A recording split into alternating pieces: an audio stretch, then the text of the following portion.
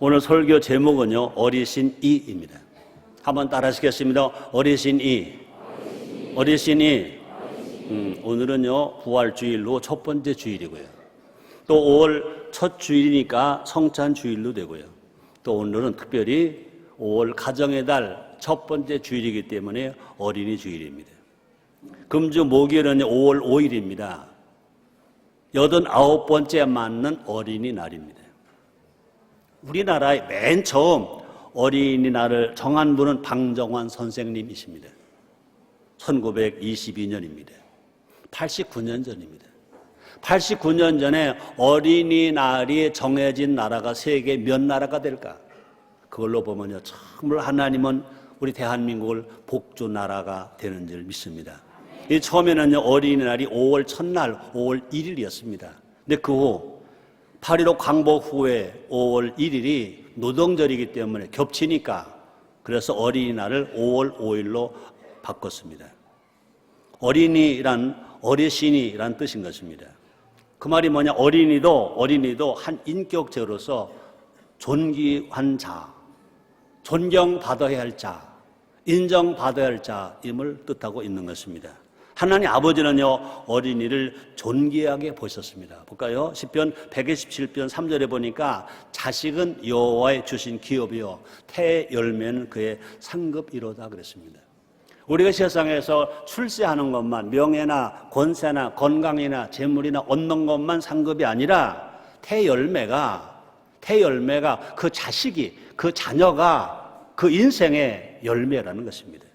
그뿐 아니라 예수님도요, 어린이를 귀하게 대하셨습니다. 마태복음 18장 5절에 보니까 또 누구든지 내 이름으로 이런 어린아이 하나를 영접하면 곧 나를 영접함이니 그랬습니다. 어린아이 하나를 영접하는 것이 뭐냐? 예수님을 영접하는 것이라고 예수님 말씀하셨습니다. 참 우리가 감사하고 다양한 것은 우리 인천 순복음교회가 주장하는 7대 사명 중 세 번째가 뭡니까? 어린이, 청소년, 제자를 사랑하자인 것입니다. 너무너무 감사한 겁니다. 하나님의 은혜죠. 그죠? 7대 사명, 첫째가 뭐냐? 하나님을 아버지로 섬기자. 두 번째가 뭡니까? 부모, 어른, 스승 공경하자. 세 번째가 뭡니까? 어린이, 청소년, 제자를 사랑하자. 7가지 꼭 지켜야 할 사명 중에 세 번째가 어린이와 청소년과 제자를 사랑하자로 정하고 우리가 실천하고 있는 것입니다. 어린이를 정말로 어리신 이로 대해야 된다는 것입니다. 연세가 많으신 분은 어르신이고요. 어린이는 어리신 이입니다. 어리신 이를 사랑해야 된다는 겁니다. 한 인격체인 것입니다. 그래서 어린이, 청소년, 제자 사랑이 하나님의 뜻이라는 것입니다. 어르신 이를 사랑하는가 한번 생각해 봐야 할 것인 것입니다. 말은 사랑한다고 하지만 방법을 모르는 사람들도 많이 있습니다. 지금 어린이가 많이 있어요. 그런데 어린이가 자꾸 줄어들고 있어요. 어린이들이요, 힘들어합니다. 또 어린이들이요, 애롭다고 말합니다. 또 어린이들이요, 머리는 똑똑한데 마음은 텅 비어 있습니다. 허전하다고 말합니다. 누군가를 사랑한다는 것은 어떻게 사랑한지를 아는 것입니다. 어르신이를 사랑한다면 정말 바른 방법으로 사랑해야 될 것입니다. 많은 부모가 있습니다. 또 많은 할아버지, 할머니 계십니다. 많은 가정이 있습니다. 사회가 있습니다. 국가가 있습니다. 그런데 정작 정말 어린이를 사랑한다고 말하지만 그들이 필요만큼, 그 원하는 만큼 사랑하고 있냐 그 말인 것입니다. 더 중요한 것은 뭐냐? 성경의 가르침대로 사랑하고 있냐 그 말인 것입니다.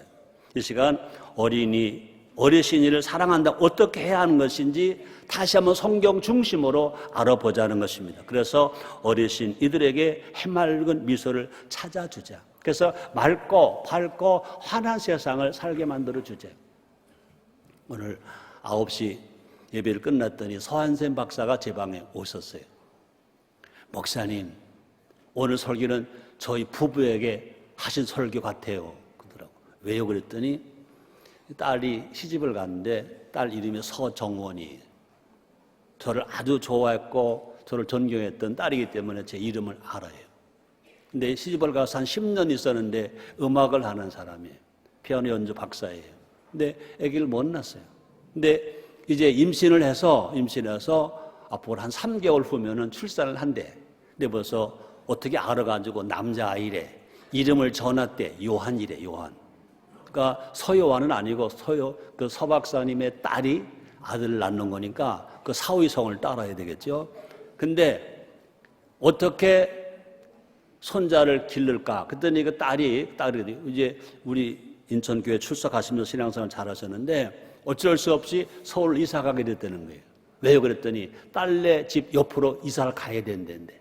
그러니까 딸이 엄마에게 부탁을 해서 이제 아들을 낳게 되는데 길러달라고 키워달라고 그래서 어쩔 수 없이 엄마가 가게 됐다는 거예요. 근데 어떻게 키울까? 그런데 오늘 목사님 설교를 들어서 해답을 얻었습니다. 우리 보고 이제 손자 어떻게 키울 것을 가르쳐 주신 것 같습니다. 그러더라고요. 그런 말을 했습니다. 우리가 정말로 뭐 박사님이나 저나 아들, 딸 낳을 때는 그냥 낳았지, 그냥 길렀지, 뭐 방법을 알고 기른 건 아니지 않습니까? 이제 정말로 손자, 손녀들에게라도 잘 길러야 된다 생각하는데 그랬더니 그분도 맞다고 그러더라고요. 자, 다시 봅니다. 이 시간 어르신이를 사랑한다. 어떻게 해야 하는지 알아봄으로 말미암아 앞으로 우리나라에 태어날 모든 어르신이들, 여러분 가정의 어르신이들을 해맑은 미소로 정말로 맑고 밝고 환하게 희망과 꿈을 갖고 살아갈 수 있도록 키우는 우리 모두가 됩시다. 첫째로 지혜가 자라도록. 한번 따라 하시겠습니다. 지혜가 자라도록. 그 말이 뭡니까? 한마디로 말하면요, 신앙교육을 잘 해야 된다는 것입니다. 예수님도 어르신 시절이 계셨습니다. 누가복음 2장은요, 예수님 어린 시절을 잘 말해주고 있습니다. 예수님이 어린 시절 때 네 가지 특징을 가지고 계셨습니다. 그 첫째가 뭐냐? 지혜가 있었습니다. 예수님은 이 땅에 우리의 구세주로 오셨지만 그러나 참 인간으로 오셨습니다. 동정저 마리아에게 잉태하시고 그 다음에 태어나셨습니다. 그래서 어린이로 성장을 하셨습니다. 그런데 어린이로 성장하시는 예수님의 특징 중에 하나가 뭐냐? 지혜입니다. 그래서 누가복음 2장 52절 상반절에 보니까 예수는 그 지혜와 그 키가 자라가며 그랬습니다. 그러므로 예수님은요, 태어나서 성장하시면서 어떻게 됐다고 말합니까? 지혜가 자랐다 그랬습니다.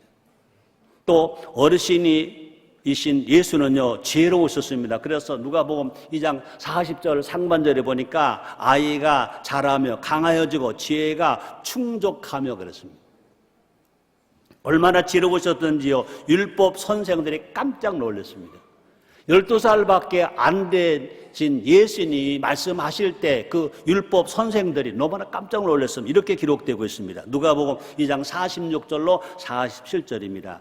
사흘 후에 성전에서 만난 즉 그가 선생들 중에 앉으사 저희에게 듣기도 하시며 묻기도 하시니 듣는 자가 다 그 지혜와 대답을 기이 여기더라. 그러니까 율법 선생들에게 예수님, 어린 예수님, 12살밖에 안 되신 예수님이 질문합니다. 또 듣습니다.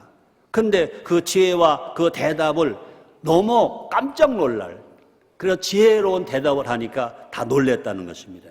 그 당시 예수님은요, 12살밖에 안 되셨을 때입니다. 우리 어린이들도요, 지혜가 자라도록 양육해야 할 것입니다. 우리 아들, 딸들도, 우리 손자, 손녀들도 뿐 아니라 교회의 어린이들도 뿐 아니라 우리 사회의 어린이들도, 나라의 어린이들도, 대한민국의 어린이들도 마찬가지입니다. 그러므로 지혜야말로 최고의 선물이다. 자녀에게, 특별히 어린이에게 줄 최고의 선물이 뭐냐? 지혜라는 것입니다. 성경이 이렇게 말합니다. 잠언서 3장 13절 14절입니다. 지혜를 얻은 자와 명철을 얻은 자는 복이 있나니 이는 지혜를 얻는 것이 은을 얻는 것보다 낫고 그 이익이 정금보다 나음이니라 그랬습니다. 그러므로 복 중에 복이 뭐냐? 지혜를 얻고 명철 얻는 것이 복이다 그랬습니다. 이거 분명히 하나님 말씀이 기록된 것입니다. 잠언을 기록한 솔로몬이 기록한 것입니다. 그러므로 우리가 뭐 건강하다, 아름답다, 뭐 물질이 많다, 또 명예가 있다, 권세가 있다, 그것만이 복이 아니라 진짜 하나님 인정하신 복은 뭐냐? 지혜로운 것이 복이라는 것입니다. 또 명철이 복이라고 그랬습니다. 자, 그럼 지혜가 뭐냐? 지혜가 뭐냐? 이렇게 성경을 말합니다. 듣는 마음. 한번 따라 하시겠습니다. 듣는 마음. 우리 신앙도요, 누가 복을 받습니까? 말씀을 듣는 마음을 가지고 겸손하게 듣는 사람이 복을 받습니다. 열왕기상 3장 9절에 보니까 이렇게 말합니다. 누가 주의 이 많은 백성을 재판할 수 있사오리까? 지혜로운 마음을 종에게 주사 주의 백성을 재판하여 선악을 분별하게 하옵소서. 이거는 잘 아시는 대로 솔로몬이 어려서 왕이 되었습니다. 아버지 다윗의 법도를 지켰습니다. 하나님을 사랑했습니다. 그 다음에 일천번제를 드렸습니다. 일천번제가 끝나고 나니까 하나님께서 나타나셔서 솔로몬 젊은 왕에게, 어린 왕에게 말합니다. 내가 너에게 무엇을 주길 원하느냐 그랬습니다. 근데 하나님은요, 혹시라도 이제 부와 또 건강과 명예를 달라고 그럴 줄 알았습니다. 그런데 깜짝 놀라게도 하나님만 감동시켜 주신 것입니다. 나에게 지혜로움을 주시옵소서. 다시 읽어드립니다. 누가 주 이 많은 백성을 재판할 수 있사오리까? 지혜로운 마음을 종에게 주사 주의 백성을 재판하여 선악을 분별하게 하옵소서 그랬습니다. 그래서 솔로몬이 구한 것은 뭡니까? 지혜로운 마음, 듣는 마음, 복종한 마음, 순종한 마음. 그러므로 지혜로운 마음이 뭐냐? 하나님의 말씀을 듣는 마음, 또 뿐 아니라 하나님의 명령에 복종하는 마음, 하나님의 명령에 순종한 마음, 이게 지혜로운 마음인 것입니다.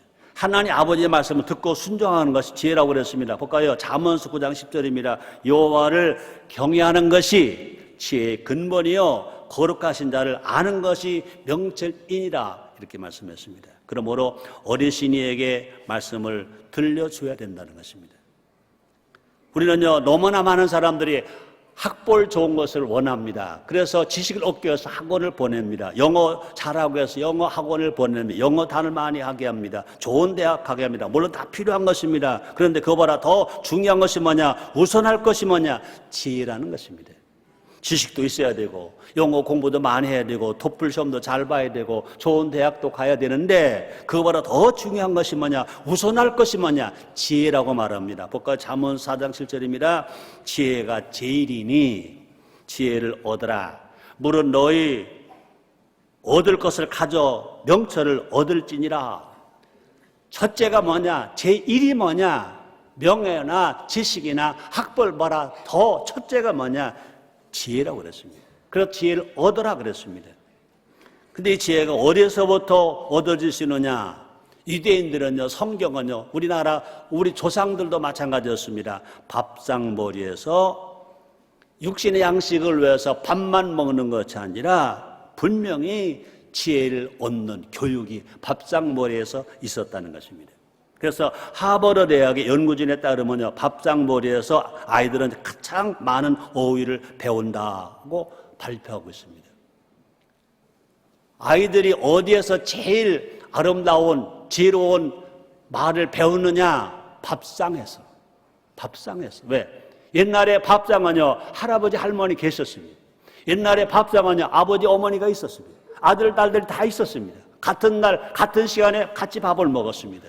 근데 요 근래 와가지고요, 왜 출근하는 시간 다 달라, 학교 가는 시간 다 달라, 집 나가는 시간 다 달라. 조금만 양보하면요, 서로 조금만 양보하면 같이 밥을 먹고 학교도 가고 출근도 하고 나갈 것인데 모두가 자기 중심으로 하니까 안 된다는 것입니다.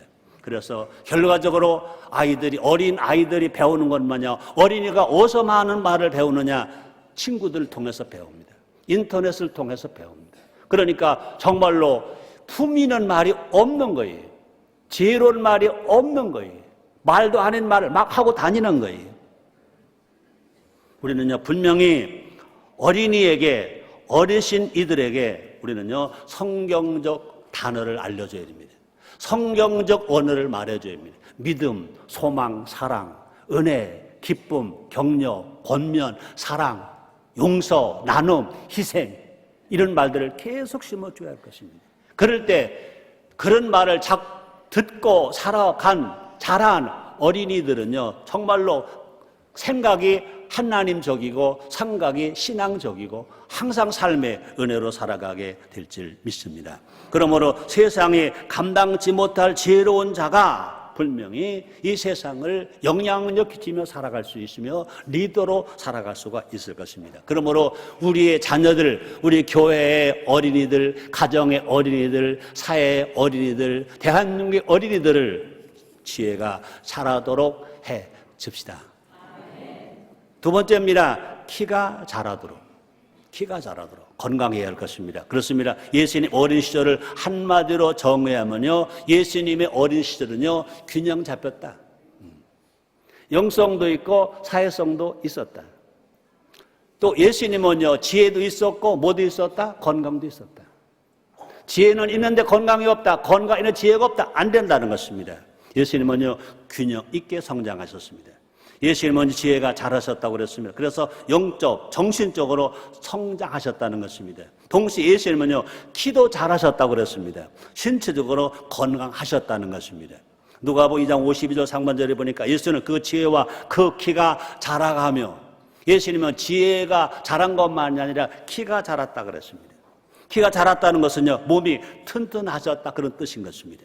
누가복음 2장 40절 상반절에 보니까 아기가 자라며 강하여지고, 예수님이 자랄 때 그냥 키만 자라는 것이 아니라 어떻게 했다? 강하여졌다고 그랬습니다. 그래서 예수님은요, 체격도 좋고 체력도 좋으셨습니다. 체격과 체력은 달라요. 그 결과 3년 반 공생애 동안에 예수님은요, 하나님 주신 사명을 넉넉히 감당하셨습니다. 3년 반 동안 잠도 못 주무시면서 식사도 못 하시면서 얼마나 고생하셨습니까? 그럼에도 불구하고 절대 어디 가서나 뭐 힘드셔서 사역을 못 하시 하루도 없어요. 왜? 벌써 어려서부터 지혜가 자랐고 키가 자랐고 강하게 되었기 때문에 그렇다는 것입니다. 공생의 기간 동안 있으면요, 식사할 시간조차 없으셨잖아요. 그래서 마가복음 3장 20절입니다. 집에 들어가시니 무리가 다시 모임으로 식사할 겨를도 없는지라. 너무 하실 일이 많은 사람 치료해주고 고쳐주고 복음을 전하고 제자를 교육하고 나니까 집에 가 식사하실 때 너무나 사람은 식사하실 겨를도 없었다 그랬습니다. 뿐 아니라 그래서 낮에는요, 사람들을 고치셨습니다. 또 복음을 가르쳐 주셨습니다. 밤과 새벽에는 예수님은 또 기도하셨습니다. 어린 시절 강한 체력을 길러 놓았기 때문에 우리 예수님은요, 지치지 아니하시고 3년 반 동안 그 공생의 사역을 잘 감당하실 수 있었습니다. 또뿐 아니라 정말로 어디서 강한 체력을 길러 놓으셨기 때문에 사명을 완수하실 그 힘을 가지셨다는 것입니다. 요즘 어린이들은요, 다 체격은 좋아졌대. 우리가 어렸을 때보다 다 좋아졌대. 저도 하나님 은혜로 키가 이만큼 컸어요. 제가 176cm예요. 몸무게는 70이에요. 별거 다 얘기하네. 허리는 얼마일까요? 35예요. 근데 참 나 하나 감사한 것이 내가 친구들보다 못 먹었거든요. 고생했거든요. 근데 친구들보다 내가 키가 커. 이게 하나님 은혜예요. 자, 그런데 지금 학생들에 비교하면요, 난 어린도 없어요. 내가 엘리베이터에 가끔 고등학교 다니는 학생들을 엘리베이터 만나거든요. 근데 그 친구들 나를 이렇게 봐요. 난 걔를 이렇게 보고. 키가 너무너무 커졌어요. 너무너무 커졌다고. 그런데 체격은 좋은데 체력은 약하다는 거죠. 보기는 큰데 실제로 턱걸이가 약하다는 거죠. 팔굽혀펴기가 약하다는 거죠. 그래서 현대 우리의 자녀들이 겉만 보기에 좋지 내신 없다는 말을 한다는 것입니다. 심지어 아직 어린데도 성인병에 걸려 있다는 거예요. 아이들까지 암에 걸렸습니다. 뭐 무슨 암 뭐 제가 말하지는 않겠습니다. 우리가 분명히 아는 것은 건강한 신체에서 건강한 마음이 나온다. 건강한 신체에서 건강한 정신이 나온다. 그래서 몸이 튼튼해야 공부도 오래 견딜 수 있습니다. 특별히 미국에 대학을 갔다, 미국은요, 대학 가기 쉬워요. 졸업하기 힘들어요. 미국의 대학생들과 겨루려면요, 체력이 없어요. 체력이 약해서 다 떨어지는 겁니다. 그런데 며칠씩 밤 새운 건요, 이건 여반사인 것입니다. 그냥 며칠씩 밤을 새우는 거예요. 중요한 건 뭐냐, 그들이 어렸을 때, 초등학교 때, 중학교 때, 고등학교 때 체력을 단련했기 때문에 그들은요, 대학교에서 며칠씩 밤을 새워도 거뜬히 이겨나가는 것입니다. 아마 우리 여태면 오늘 가서 놀랬었을 거예요. 그죠? 미국 사람 얼마나 건강하고 체력이 있는지. 그죠? 그러므로 우리는요, 부모님들이 지금 자녀를 잘 기를 때, 또 정말 손자, 손녀를 잘 기를 때, 뭐를 우리가 꼭 명심해야 되느냐? 앞에서는요, 지혜가 자라도록 했지만, 또 두 번째는 뭐냐? 키가 자라도록, 건강하도록 해야 할 책임이 부모님들에게 있다는 것입니다. 다시 말합니다. 몸이 튼튼해야 공부도 잘할 수 있고, 끝까지 견딜 수 있고, 또 뿐 아니라 몸이 튼튼해야 꿈과 희망을 마음껏 펼칠 수 있어요. 아무리 생각에 꿈이 있어요, 비전이 있어요. 근데 몸이 말을 안 듣는다. 그것도 나이가 많이 먹어서 말이 안 듣는 이해가 되지만, 젊은 청년들이, 젊은 학생들이 꿈도 있고 비전이, 몸이 말을 안 듣는다. 그건 안 된다는 것입니다. 그건 부모님의 책임인 것입니다. 부모와 어른들이 좀 멀리 볼 필요가 있다는 것입니다. 성적 몇 점 때문에 자녀를 책상에만 가둬두지 말아라. 당장 입맛에만 음식만 먹이려고 하지도 말아라. 영어 공부 시간만큼 중요한 것이 뭐냐? 체력 단련 시간인 것을 알아라. 어린 시절에는요, 평생을 지탱할 체력을 길러줘야 됩니다. 그렇죠? 그 체력은 어려서 길러지는 거지 나이 먹으면 못하는 것입니다. 여러분, 우리가 사랑하는 히딩크 감독, 그죠? 히딩크 감독이요, 한국 선수들에게 주문한 것이 뭡니까? 체력이었잖아요. 기술이 아니다, 체력이다. 체력 단련을 시켰습니다. 그 결과 어떻게 했습니까? 2002년 한일 월드컵에서 한국의 축구 선수들이 4강에 들어갈 수 있었지 않습니까? 우리 모두 어린이들에게 강한 체력을 선물해 줘야 될 것입니다. 강한 체력, 강한 체력. 그래서 우리의 자녀들이 멋진 체력과 강한 체력으로 세상을 주도하게 만들자. 이것이 우리가 해야 할 일인 줄 믿습니다. 세 번째입니다. 하나님께 더 사랑받도록 하자. 하나님께 더 사랑받도록 하자. 그렇습니다. 우리는요, 성경을 잘 읽어야 합니다.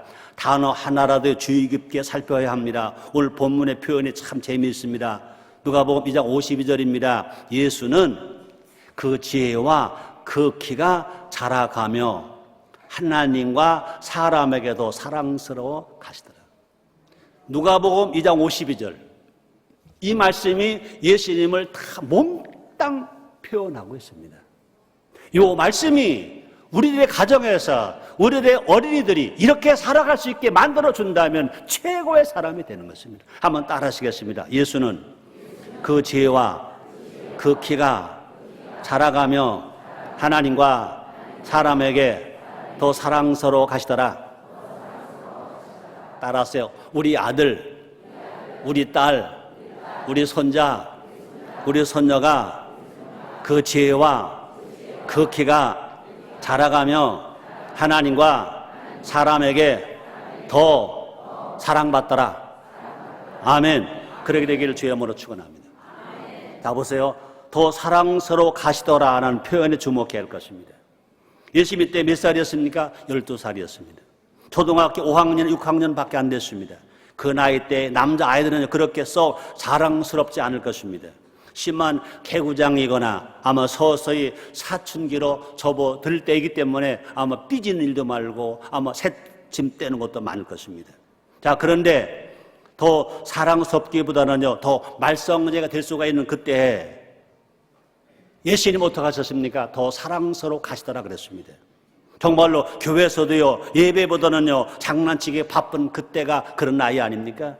그런 놀랍게 예수님은요, 그 나이에, 12살 나이에 자랄수록 더 사랑스러워 가시더라. 사람은요, 태어날 때 제일 환영을 받습니다. 또 100일이 되면 또 사랑받습니다. 또 돌잔치 합니다. 근데 커가면서 구박도 받고 매도 받습니다. 그런데 예수님은요, 태어날 때보다 계속 커가면서 계속 사랑스러워 가시더라 그랬습니다. 그래서 놀랍게 예수님은 더 사랑스러워졌다고 그랬습니다. 하나님 아버지께 더 사랑하는 존재가 되어 갔다는 것입니다. 자랄수록 더 사랑받으려면 어떻게 해야 할까? 자, 어린이들을 어떻게 키워야 할까? 우리는 생각해 봐야 할 것입니다. 실력은 높게, 자세는 낮게. 사는 삶은 최선을 다하고 결과에는 겸허히 받아들이는 겸손이 있어야 될 것입니다. 열심으로 살아가게 할 뿐만 아니라 겸손하게 살아가자. 그렇습니다. 예수님은요, 열심으로 살으셨습니다. 근데 예수님은 또 겸손하셨습니다. 어르신이들이 탄탄한 실력을 갖추도록 도와줘야 할 것입니다. 동시에 하나님 앞에서 한없이 겸손하도록 가르쳐 줘야 될 것입니다. 공부만 하라, 1등만 하라, 그것이 아니라 겸손하라 가르쳐야 할 것입니다. 안타깝게도 많은 부모가 실력만 높이려고 합니다.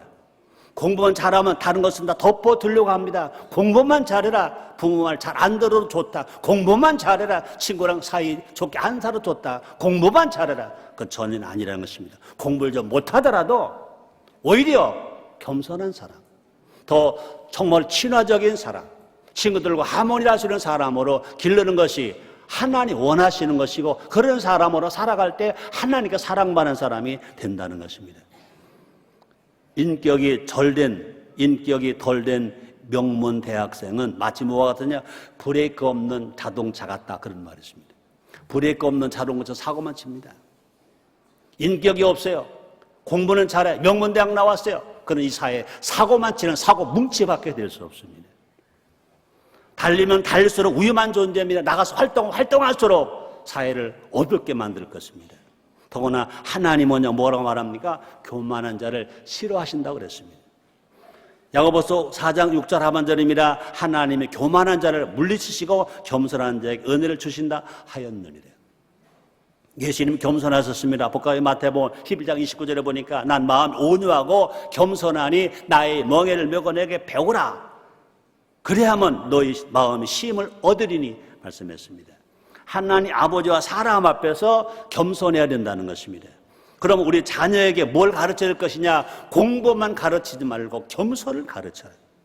교회도 마찬가지입니다. 은혜 받으라만 가르치지 말고 복 받으라만 가르치지 말고 겸손하라 가르치는 교회가 정말로 사람을 살리는 교회가 되는 줄 믿습니다. 하나님 아버지께서 만왕의 왕이잖아요. 또 만주의 주가 되시잖아요. 그러므로 하나님 아버지만이 높임을 받으셔야 함을 가르쳐야 될 것입니다. 예배를 받을 분은 오직 하나님이시다. 높임을 받을 하나님이시다. 가르쳐야 됩니다. 아무리 그 아들이 몇 대 독자라 하더라도, 그 딸이 또 무남 동료 애딸을 하더라도 교회 와서 예배 드릴 때는 하나님의 사랑을 받으려면 하나님을 두려워하고 하나님을 사랑하고 하나님을 경배하고 하나님을 예배하는 것이다. 그래서 10계명 중에 제1계명 하나님의 다른 신이 없다. 형상을 만들고 절하지 말아라. 하나님 이름 망령되게 부르지 말아라. 주의를 거룩하게 지켜라. 이걸 가르쳐야 된다는 것입니다. 그래야 하면 우리의 자녀들이 하나님 아버지께 더 사랑을 받게 된다는 것입니다. 그래야만 우리의 자녀 누가 책임지시냐? 하나님 아버지가 책임져 주신다는 것입니다. 하나님 아버지께서 우리의 자녀들을 더 높여주시는 것입니다. 네 번째 마지막입니다. 사람들에게도 더 사랑받도록. 한번 따라 하시겠습니다. 사람들에게도 더 사랑받도록. 그렇습니다. 예수님은요, 사람에게도 사랑받는 분이셨습니다. 잠깐 사랑받는 것이 아니라 언제나 더 사랑받으셨다고 그랬습니다. 볼까? 누가복음 2장 52절 하반절입니다. 하나님과 사람에게, 잘 들으세요. 우리 예수님은요, 하나님에게만 사랑받으신 것이 아니라 하나님과 사람에게 더 사랑스러워 가시더라. 12살 되신 예수님은 하나님과 사람에게 더 사랑스러워 가시더라. 부모님뿐만 아니라 이웃들에게도 사랑받으셨습니다. 성전에서 만난 시몬이 아기 예수를 사랑하셨습니다. 볼까요? 누가복음 2장 28절에 보니까 시몬이 아기를 안고, 누굽니까? 예수님을 안고 하나님을 찬양했다 그랬습니다. 또 경건한 과부 안나도 아기 예수를 사랑하셨습니다. 누가복음 2장 38절입니다. 마침 이때 나와서 하나님께 감사하고 예루살렘 구속됨을 받는 모르는 사람에게 이 아기에 대하여 말하니라. 또 허다한 무리가 예수님을 사랑했다고 그랬습니다. 마태복음 4장 25절 이렇게 말씀합니다. 갈릴리와 데가볼리와 예루살렘과 유대와 요단 건너편에서 허다한 무리가 쫓으니라. 예수님은요, 많은 사람들이 사랑해서 예수님이 가시는 데마다 사람이 막 몰려오는 겁니다. 사람들로부터 막 사랑을 받는 것입니다. 예수님은요, 사람을 사랑한 것만이 아니라 사람들이 예수님을 사랑을 하셨습니다. 우리의 자녀도 사람에게 더 사랑받는 존재로 키워갑시다. 그래서 어르신이는요, 사랑 먹고 삽니다. 어르신이에게 필요한 것은 좋은 환경만이 아니라 부모가 주는 사랑입니다. 어른들이 주는 사랑인 것입니다. 안타깝게도 많은 부모가 착각합니다. 과잉 보호는 사랑이 아니다. 과잉 보호 사랑이 아니다. 물론 무관심 사랑이 아닙니다. 물질만 주는 것도 사랑이 아니다. 내버려 두고 방임하는 건 더더욱 사랑이 아닙니다. 무엇이 사랑일까? 부모의 입술만이 아니라 부모의 손끝이 사랑이다. 부모의 체온을 느끼게 해주자. 또 부모님의 심장소리를 듣게 해주자. 부모와 대화의 기쁨을 누리게 해주자. 이게 사랑입니다. 우리는 생각해 봅니다. 하루에 몇 번이나 자녀와 대화를 합니까? 힘껏 아이를 안아준 적이 언제입니까? 예수님처럼 아이의 이름을 불러주는 겁니다. 볼까요? 누가복음 18장 16절 상반절에 보니까 예수께서 그 어린 아이들을 불러 가까이 하시고, 그래서 어린이들을 이름을 불러줘야 돼. 오게 해줘야 돼. 가까이 해야 돼. 안아줘야 돼. 그래서 우리도요, 예수님처럼 아이를 안아줘야 될 것입니다. 그래서 마가복음 10장 16절에 뭐라 말씀하십니까? 그 어린 아이들을 안고, 어린 아이들을 안고 아침마다 어린이에게 뽀뽀해주고, 더 성장해서 이제 중학교쯤 갔다면 엄마 아빠가 핸드폰 문자도 교환해주고. 아멘. 사랑을 받아본 사람이 사랑할 줄 압니다. 그렇죠?